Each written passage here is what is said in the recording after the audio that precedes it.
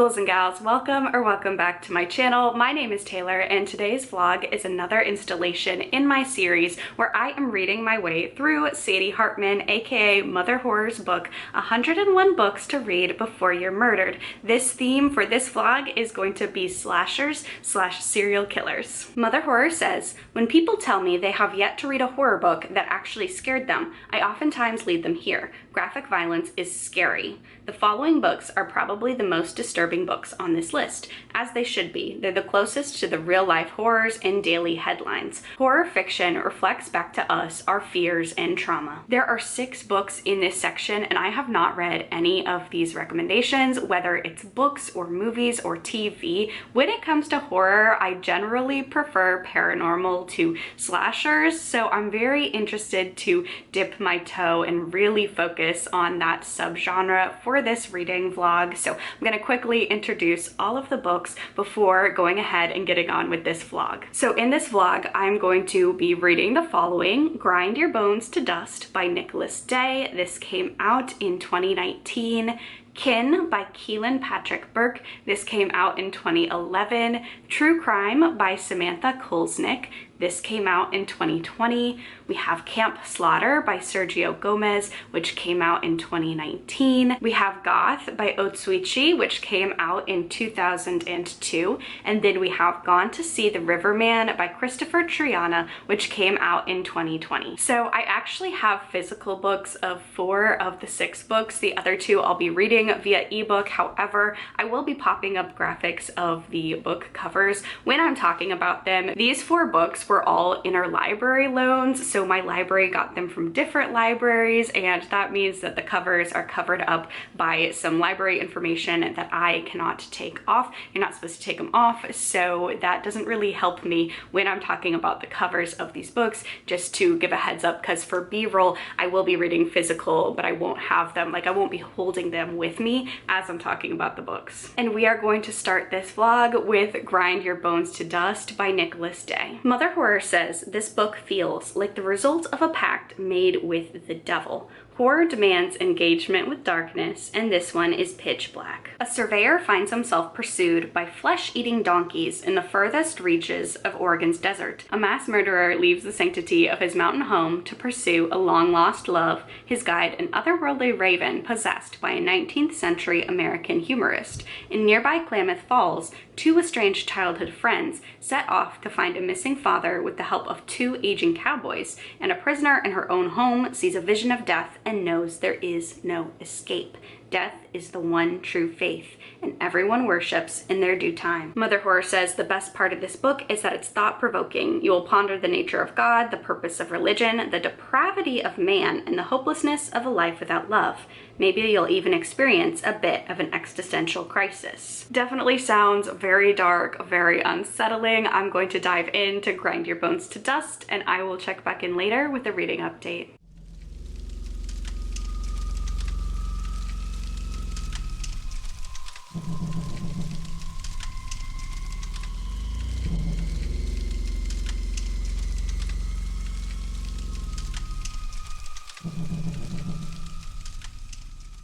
So I am 52% of the way through Grind Your Bones to Dust, and I'm not really loving it so far. It's definitely a slasher, it's definitely very gory, but it's a story where that really feels like the focus as opposed to any sort of character development, and I think the way that this book is being told kind of impedes that as well. It's split up into 4 different parts, and it almost feels like different short stories, but they're all connected. It's all the same narrative, just every part we follow a different main character perspective and get a little bit more insight into what is happening and why all of these stories are connected. So the first 2 parts, the first part we were following a land surveyor, and he and his partner are going across the US. They're trying to survey land to put highways in, and this takes place in in 1950s America, I'm pretty sure. So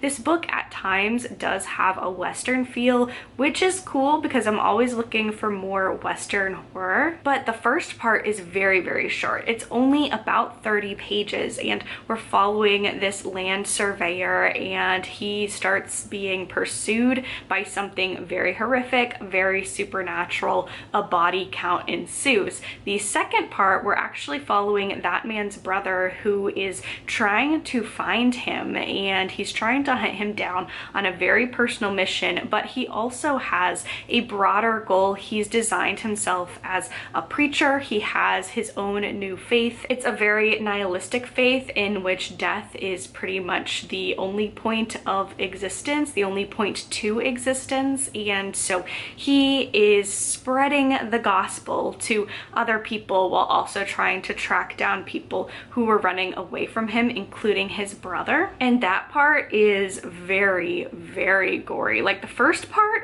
was very gory and there's a high body count. This second part was even more horrific. There's pretty much like nothing is off the table except for, I will say, because I know that people care about companion animals, there is a dog who is unhurt, but pretty much any other character, any other human or animal that is not a companion animal on the page, there's gonna be some butchery, there's going to be some trigger warning for rape and necrophilia. Like, this book is really, really going there. And the second part, we are following James, that preacher who is the serial killer, the slasher of this book. So we get a very focused perspective on the horrific things he's doing in the name of his faith. I'm not automatically opposed to a slasher or a high body count or even gore in books, but this just feels like so excessive. Just, I think it's because the length of this one and the perspective switches and just the fact that all of the characters feel so one note and one dimensional. They all have like one character trait, and even the characters that we follow, when we follow Lewis, when we follow James, like, they don't feel any more fleshed out than the random characters that we meet page by page in this book. So that lack of characterization is really highlighting just the brutality in this book. It really feels in a lot of ways like, what is the worst way to end a person's life? And then it feels like it keeps trying to up the ante with every single kill. So I'm not loving it. I'm not loving it. And the writing style as well, like, it's the complete opposite of purple prose. It's very straightforward to the point, and I do prefer a more descriptive prose. And I think that goes hand in hand with, I just like a more character forward narrative. So this is not really giving any of what I usually look for in a successful horror read for me.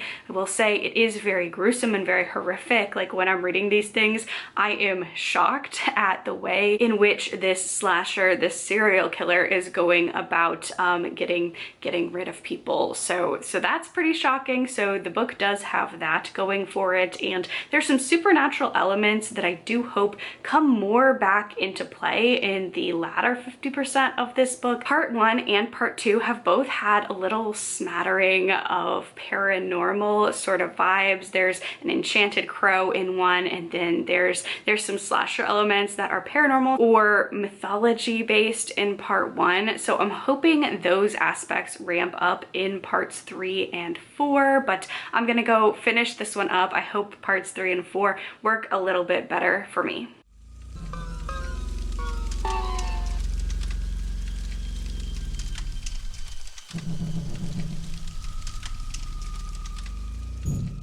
So I finished Grind Your Bones to Dust, and I just didn't end up loving this one. I will say, I think part 3 really did try to add some characterization, and there were some conversations between characters that tried to have some commentary about the meaning of life and religion and the futility of it all. And I think part 3 did like the best job at kind of going a little bit deeper in exploring the reasonings behind things happening in the book. And I think that's probably the biggest part of just what I didn't like about this one overall, is just the fact that it is very nihilistic, and that is the slasher's motivation, is nihilism. So when our bad guy or our antagonist, that's his goal, is just nihilism, nothing matters, then it's hard for you, the reader, to kind of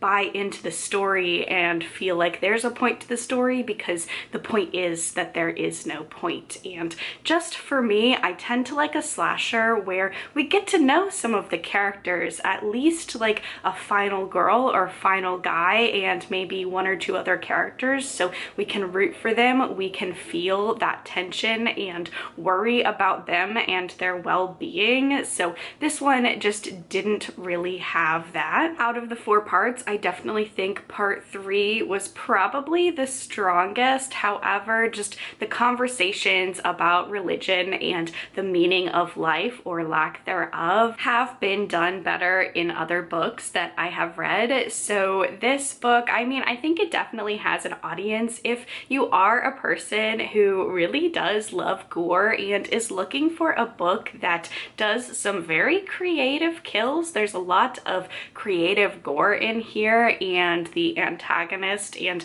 how people are disposed of, like, it's not the same way each time. So if you are looking for a slasher book that just focuses on these kills and focuses on the bleakness, the nihilism of the main antagonist, and you don't really care so much about a deeper character study or fleshed out characters, you just really want a short and brutal book, then I do think that you would really like this one. So first book of the vlog down, we are moving on to the second book, which is Kin by Kealan Burke. Mother Horror says, Burke has an astonishing skill of bringing the reader into the story with technicolor descriptive language. There were times in the beginning I was unsure if I wanted to keep going. This story has way more to do with the aftermath of a sadistic tragedy rather than the tragedy itself. There's the suspense, the disgusting moments, the nasty characters, the gore, the danger, but the main themes for me went way deeper than the entertainment.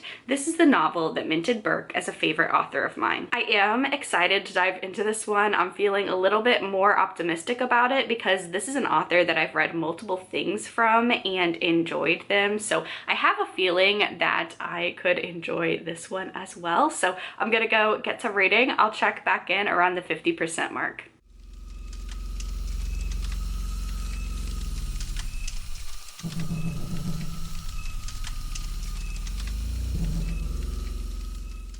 So I am now 50% of the way through Kin by Kealan Burke, and I'm liking this one a whole lot better than the last book so far, which is great. This one definitely has like a Texas Chainsaw Massacre kind of vibe, which I'm also a fan of. So this book is interesting because it starts kind of at the traditional end of a slasher. We are following main character Claire as she is running blindly. She's so injured. She has just escaped a horrific situation with her life, and she collapses at the side of this road, and some people find her, pick her up, and save her, and she becomes a real-life final girl. Her and her friends were captured by a group of people and tortured, and unfortunately Claire was the only one that survived with her life. So we start at what would be the end of a lot of slasher movies, and this one is really delving into the question of what happens to the final girl and what happens to all of the people that are affected when a horrific event like this occurs. So we're following Claire, we're following some family members of her friends that were murdered. We're also following people like the Good Samaritans who picked her up, the doctor that helped stitch her back together. We're following all of them as they are dealing with this grief and this trauma, and also the people that accidentally let Claire escape want to get her back in their clutches. So it is not over. So we are following like a double-sided cat and mouse chase because the people who were torturing Claire and her friends are hunting down Claire, and of course her and her group of friends have not been the only people that they have victimized. And also it turns out that some of the family members, some of the people that have been affected by this horrific tragedy are not satisfied with the answers or non-answers that the police are giving them and want to take justice into their own hands. They want to get answers, and they want something more for their loved ones and feel a sense of closure that is seemingly so impossible to find in the aftermath of such a tragedy like this one. So I'm really enjoying it. It's equal parts like fast-paced slasher. There are a lot of intense sequences where you feel so much terror for the main characters because you can tell you're also following like the antagonists as well, so you know what they're up to, who they're creeping up on next, and you feel for the characters. And that's what I was really missing in the last one. Is there are some very gory moments, some slasher moments. This book is filled with gore and torture and horrific things happening, but we also get real characters, and I really enjoy the character explorations. And also this one also follows some of the antagonists like I mentioned, and you do get some insight into why they're doing this and what the reasoning is, and you kind of feel some sympathy, not for the adults that they are and the things that they are doing, but their situations, their childhoods, and the horrific things that happened to them to make them grow up to be human monsters. So I'm really enjoying this one so far. I think this is the longest Kealan Patrick Burke that I've read. I've read Sour Candy, and I've also read The Tent, and those were shorter novellas, and this one is I think a little over 300 pages, so 50% of the way in. It's definitely giving Texas Chainsaw Massacre vibes, and I'm really rooting for the characters. I'm really rooting for the downfall of our antagonists, and I hope the second 50% of this one goes as well as the first 50% did.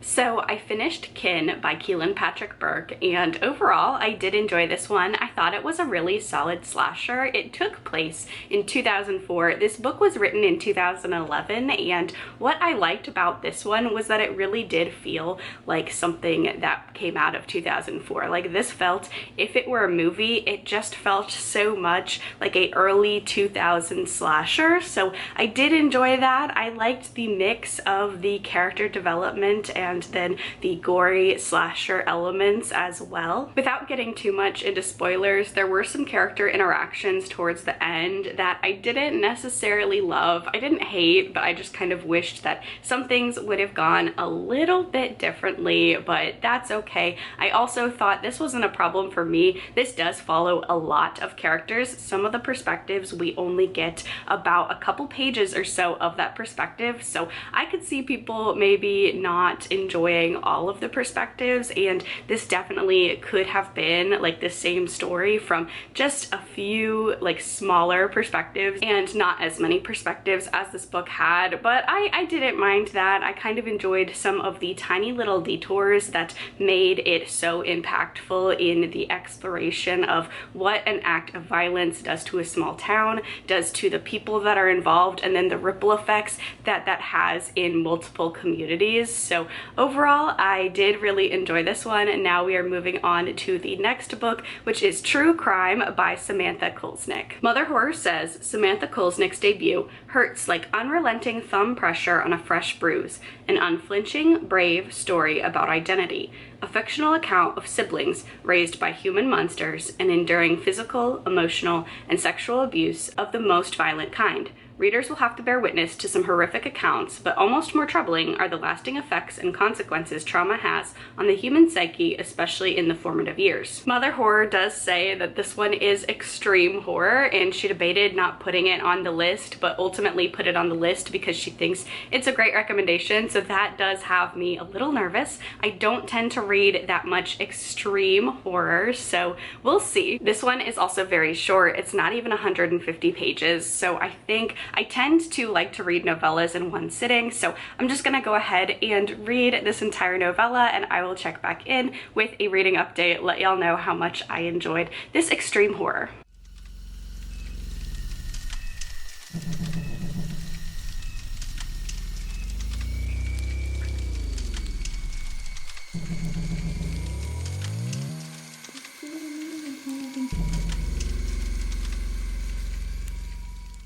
So I finished True Crime. It definitely was a book that I could finish in a single setting because it was about 140 pages and the paperback is very, very short in stature. So I was able to read it in one sitting, and it was very dark. It was very dark and very depressing. Like a lot of these books are going to, I feel, have more trigger warnings just looking at them. A couple of them seem to be from Grindhouse Press, which is an extreme horror press. And then they're just going to tend to be gorier and have more distressing content in them. It's kind of how most PG-13 horror movies tend to be paranormal rather than the slasher kind. Those kind of get slapped with an R rating for obvious reasons. But this one is very dark. We're following Susie and her brother Lim, and they live in a horrific situation. Their mother is very abusive to them, both physically and sexually, and one day Susie and her brother decide that they have had enough. They fight back against their mother, and she ends up being their first victim in what becomes a crime spree road trip from state to state as these two siblings are escaping their abusive home that no longer has anything to offer for them and the police. Like that synopsis suggests, this is a very dark book. Biggest trigger warnings are for sexual assault, rape, and animal abuse and death. It's a very tragic situation that Susie and her brother have grown up in, and I never got an exact number for how old she was. She feels to me around 13 to 16, somewhere there. And growing up in such an abusive environment has caused irreparable harm to Susie's psyche, and we really see that throughout this book. It's a book exploring the cycle of abuse and how that cycle unfortunately continues. This book was very hard to read, but at the same time I really couldn't pull myself away. There is a time jump at around the 50% mark of here that felt a little out of left field for me. I think this would have been a little bit stronger had it been just a series of events,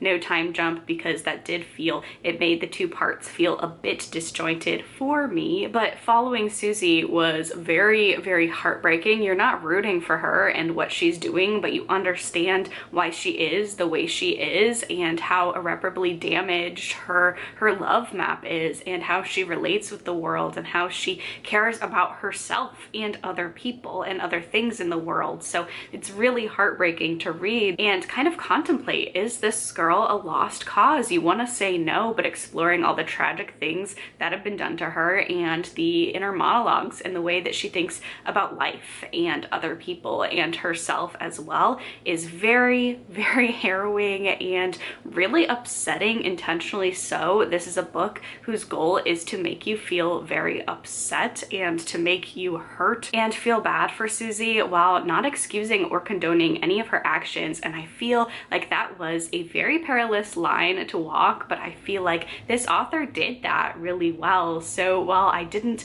enjoy this book, this was very dark, it was very depressing, it didn't make me feel good. That was the point of this book, and I thought the exploration, like the first half is very much more high octane slasher blood and gore fest, and then the second half is, there's still a lot of those elements in there, but it's more examining Susie and how these events and in this just horrible cycle of abuse and how tragic it all is. It's definitely a book with some very graphic imagery that is very hard to stomach, but that is the point of it, and it really wants you to explore the unfortunate reality that some people have to experience and what that does to them internally and externally. So done with that one, we are moving on to the next book in this vlog, which is Goth by Otsuichi. Mother Horror says the narrator, unnamed, and his friend Yoru form a friendship centered on their fascination with the macabre, death, and killers. They are both socially awkward people, keeping to themselves or each other at school.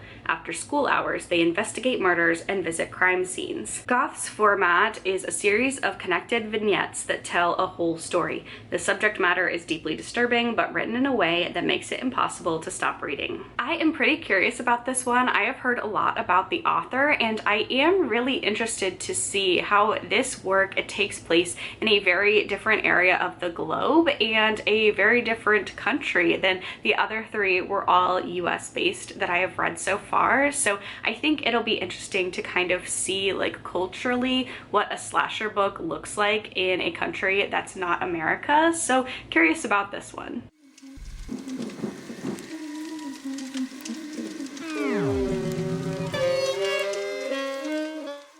So I am about 45% of the way through Goth, and it's an interesting ride so far. This one is told through a series of vignettes. We're following the same characters. Our main character is nameless. We never get his name. We're following him and his best friend, Yoru Marino. They are both in high school, and they both have a very, very strange fascination with crime, and that is what each of these vignettes is about, is the two of them getting involved in some way in some sort of crime in their community, not committing the crimes, but they're really fascinated with serial killers and offenders and criminals like that. So they do a lot of research, and they really start to take it farther and farther and like insert themselves trying to think like these killers and like these people doing horrible things to animals and to people, and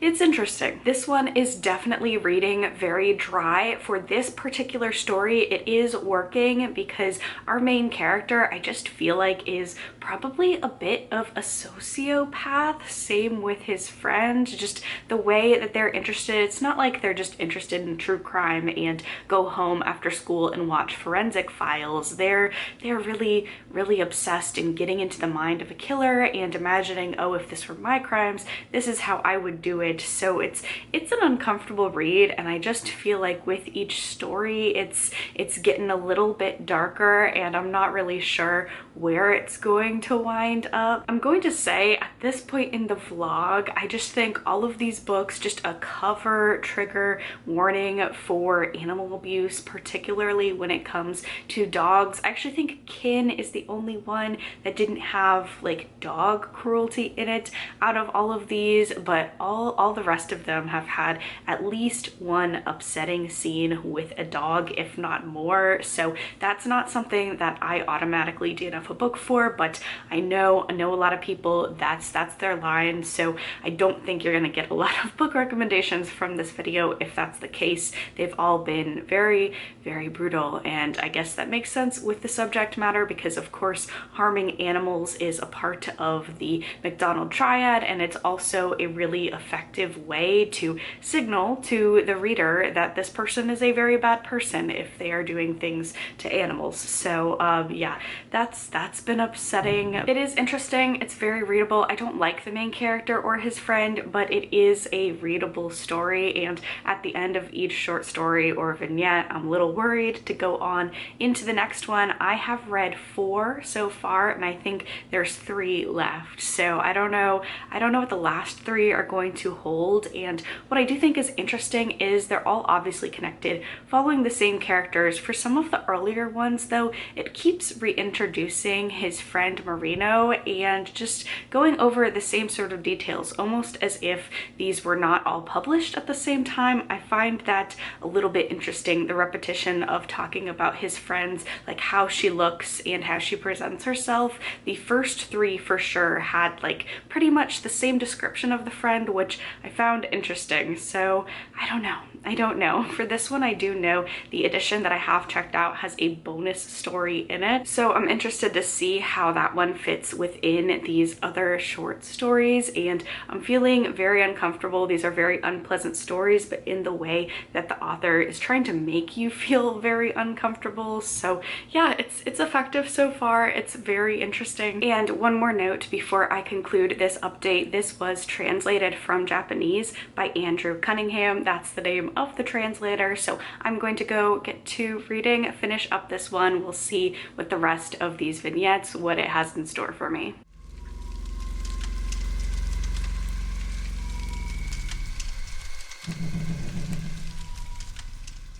So I finished Goth and it ended up being all right, pretty middle of the road, like a lot of short story collections or just collections of vignettes that make up a larger story like this one. There were some stories that were stronger than others and it was all right. I will say the author's notes for this made a lot of sense, and when I had kind of questioned that some of these felt like they originally stood on their own because we kept getting reintroduced to the character of Marino, that was correct. Apparently this originally was published in 2 different volumes, so there were 2 afterwards actually in the version that I read, and it was all bound up into one version. So that does make sense why I felt that repetition with some of these stories. I will say it was nice to have the bonus content of Marino's souvenir photograph. It was an extra short story for the collection that I read. However, the short story Voices I thought was one of the stronger stories in this collection, and it was the final story, so I would have preferred that. I did like the bonus content. I didn't think it was the strongest. I thought it was actually one of the weaker stories, so I do wish I would have read Voices last because I think it would have rounded out the collection better. But overall, this one was fine. It's kind of written in a traditional Japanese mystery sort of style where a lot of the writing is kind of intentionally leading you down like a red herring route, and then at the very end it's kind of like a Sherlock Holmesian sort of explanation about how everything went down. Some of those short stories did that a lot better than others. A lot of them I really appreciated. We do have an unnamed narrator that's pretty consistent throughout this book. However, some of the short stories, we do get other narrators and other switches of point of view, and some of those were really interesting. So overall, pretty fine, very dark. If you like darker stories where the protagonists, the 2 kids that we are following, the 2 high schoolers, the unnamed protagonist, and then also Marino, if you like following psychopaths, then I think you would like this one. Again, just some of the twists for some of the short stories worked a lot better for me. By the end of the collection, you might be wondering that it's a little convenient that they keep running into all of these dark figures and inserting themselves in all of these mysteries. The author does explain a lot of that in the afterword and kind of gives a revelation that he wanted to have in the writing, and I'm trying not to give that away because it does change the essence of the story, and I don't like that. I think it should have been in the story because you read the afterword, you learned what the author wanted to do with it, and he didn't in the text. So the afterword is interesting. It kind of feels a little bit retconny to me, like when you see how George Lucas kind of goes back and adds little things or changes little things about the old Star Wars movies. I don't think that his intent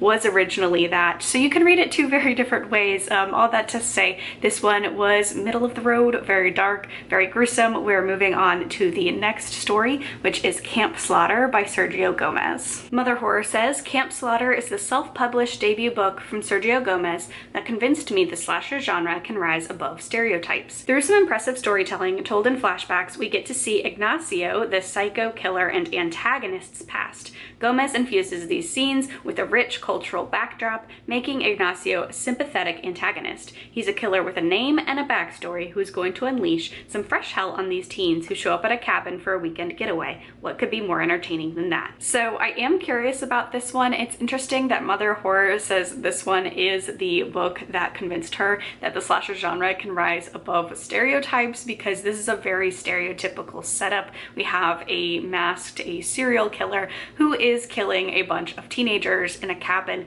in the woods. That's a very classic traditional slasher. So I'm intrigued by this one. I'm gonna go get to reading. I'll check back in later with an update.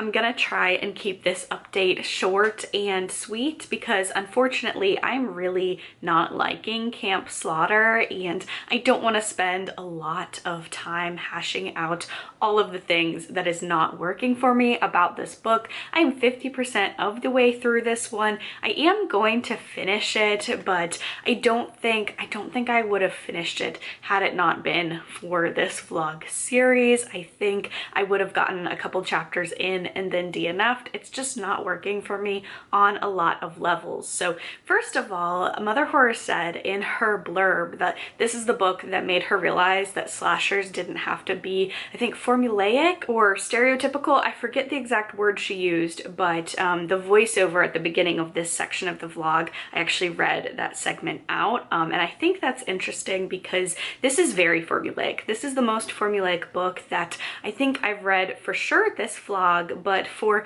this whole entire series as a whole. It is a slasher book that is just a Frankenstein mashup of all of the classic summary camp slashers. There are so many elements that are ripped directly from different movies, and they're all kind of combined into a chaotic plot that's not really doing anything for me so far. So in this story, we are following a group of college students. It says college students on the back of this book. That's the only reason that I know they're college students. They act very young. They act like teenagers, high schoolers, so keep that in mind. But we're following a group of young adults. They go to a cabin in the middle of nowhere, and they are going to be picked off one by one by a serial killer who lives nearby. It's worth noting that 50% into this one, there have been no killings of this main group, and that is because we are also following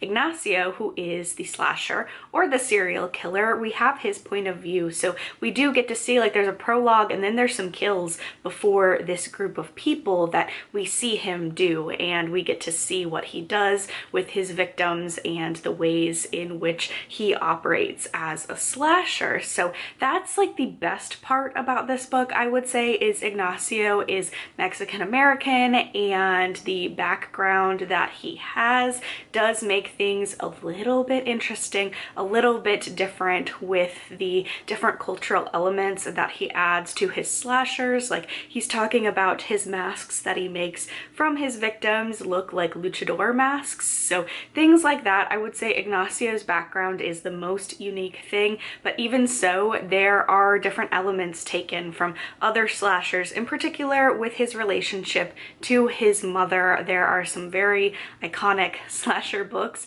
and slasher movies that this is taking direct reference from. So we are following Ignacio, and we're supposed to not necessarily root for him, but feel bad for him because of his childhood trauma. And I just think his character, the representation of his mental disabilities, I don't think is written with a lot of finesse. I don't think he's written very tactfully at all, and I think it's kind of offensive representation, honestly. And then the main group of college students who are at this cabin, they're also unlikable. There are no redeeming qualities to them. In a slasher, I need to at least like some of the characters to really feel like upset when they start getting picked off one by one. I need a final girl. I need someone to root for. At this point, they're all very like interchangeable. You kind of see there's some stereotypes, like there's a stoner, there's a guy who's just an absolute blockhead, there's a hot girl. Other than that, a lot of the other characters are very, very interchangeable, and that's because the dialogue for this one feels very stilted. And overall, this book is written in a very straightforward manner. And that leads me to the next thing I don't like about this, because the characters aren't even unlikable in an interesting way, but the way that this is written is just not the best. It feels very young. It's a lot of telling and not showing, and very basic sentences that are all kind of pushed together. We get a lot of this happened, and then he said this, and this happened, and she said this because she felt this way. I'm obviously paraphrasing, but that's really how it feels to me. It just feels like the reading level is very, very low, and it's not an enjoyable time. So I'm really hoping the next 50%, like once the slashing starts to pick up, I'm hoping that this book will pick up as well. but for right now, I'm not really loving the plot. It's not really bringing anything new to the table. All of the characters are very unlikable, cardboard cutouts, and then just the writing style is not my favorite. So fingers crossed. I hate being negative. I really do. I'm hoping that I enjoy the next 50% of this one a little bit better. So I'm gonna get to reading and I will check back in later with an update.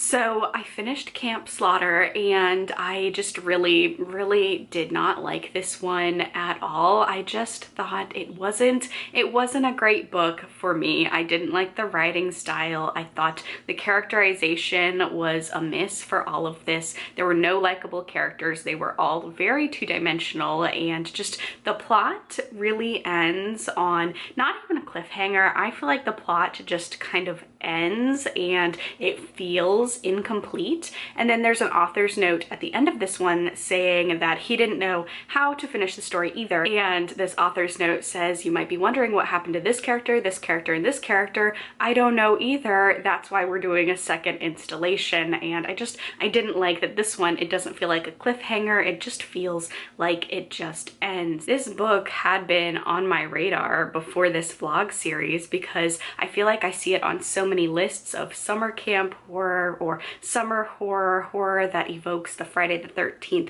film franchise series. And while I understand why this was recommended on so many of these lists, it just really didn't capture the magic of like a 70s, 80s summer slasher that I was looking for. And it was overall just unfortunately a miss for me. So we are moving on to the last book in this vlog, and that would be Gone to See the Riverman by Kristopher Triana. Mother Horror says, this is likely the darkest, most extreme book on the list. Proceed with caution. This is the story of a woman named Lori who has an unhealthy infatuation with a prison inmate named Edmund. As the story progresses and the intimacy between Lori and Edmund grows, he eventually asks her to go on an errand and she accepts. She sees his request as a test of her love and loyalty. She brings along her older sister Abby, who suffers mentally and physically from a childhood accident. The reader learns more and more about Lori as she embarks on her mysterious errand to prove to her new flame that she's serious about her love for him. I would be lying if I said I wasn't really nervous to read this book. I've also heard of this book. This book has not been on my TBR. I never thought that I would be reading it. I am only reading it for this vlog series, and I'm nervous. It has a very big reputation in the extreme horror sphere, and I generally tend to like just regular horror rather than extreme horror. So I think that's been some of my like issues with this particular vlog, because a lot of these books have kind of leaned more into that extreme horror category. But this one has a very brutal reputation. It's supposed to be very brutal, very dark, very disturbing. Mother Horror said that this is the most extreme book on her list, and there have been some dark books on her list throughout the series, so I'm nervous. This one is on the shorter side, so I think I'm just going to read through it, push through. I'm saying push through. Maybe this will be a pleasant surprise for me, but I'm feeling like I'm just gonna have a very uneasy time with this one. But I'm gonna go read it, and then I will check back in when I finish this very infamous extreme horror book.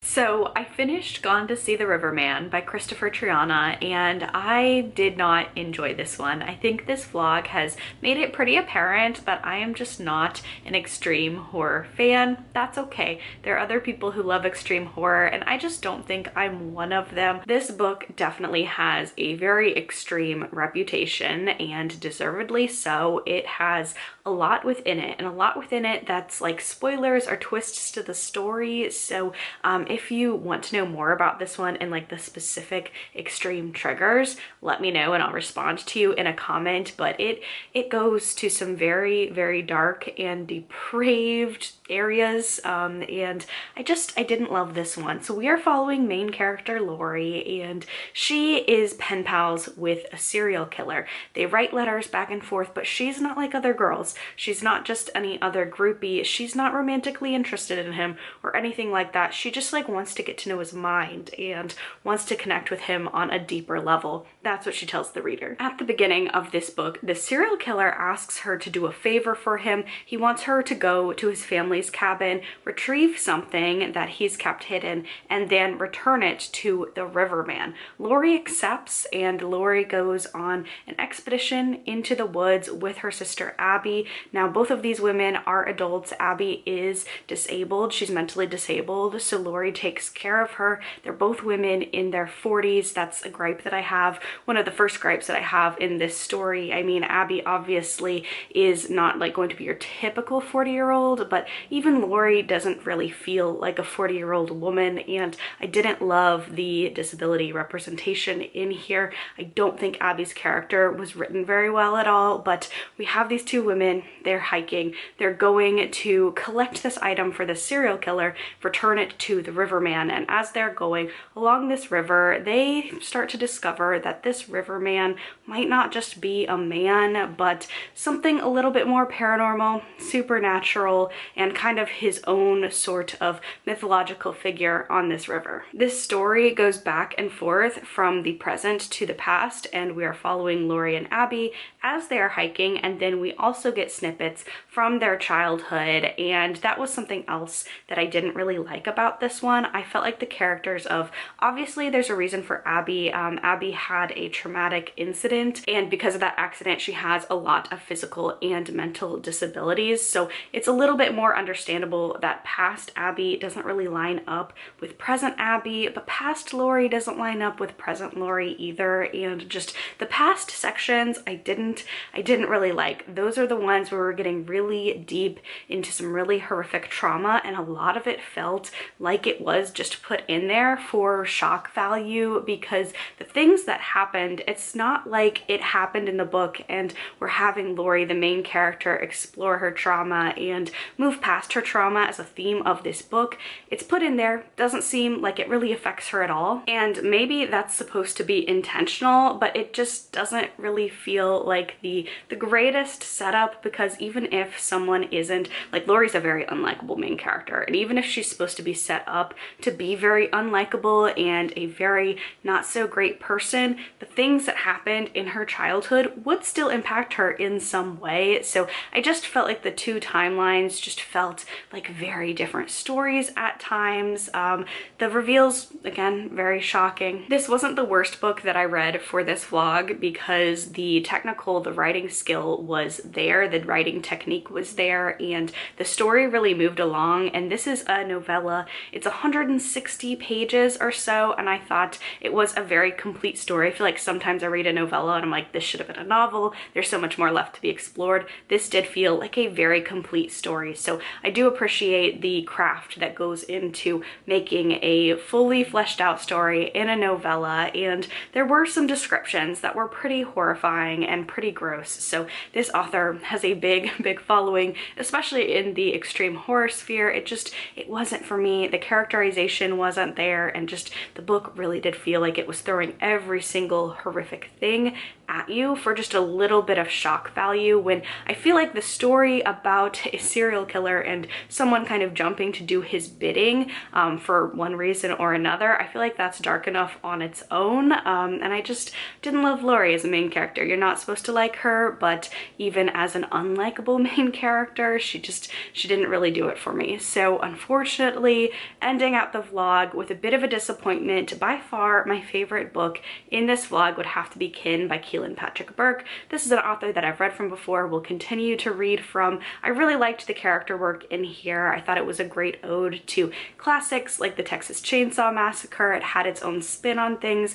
and I really liked that it delved into, like, it had a lot of high action sequences and some gory slashery moments, but we also had a lot of character reflection, and you really got to explore and think about, like, a survivor of something so horrific, how that would continue to impact their life, and how a horrific slasher type event would just have ripple effects among many communities, as many people would be affected from that event. So that's definitely my favorite book from this vlog. We're kind of wrapping up on this vlog series, which is crazy to say. I have 3 more sections left of this book. So we have crime horror, dystopian horror, and eco horror. So if you have one that you want to see first, let me know which one I should get to next, and I'll try and prioritize that list of books. As always, thank you so much for watching this video. If you enjoyed it, please be sure to give it a thumbs up. Leave a comment down below letting me know what's your favorite slasher novel. I think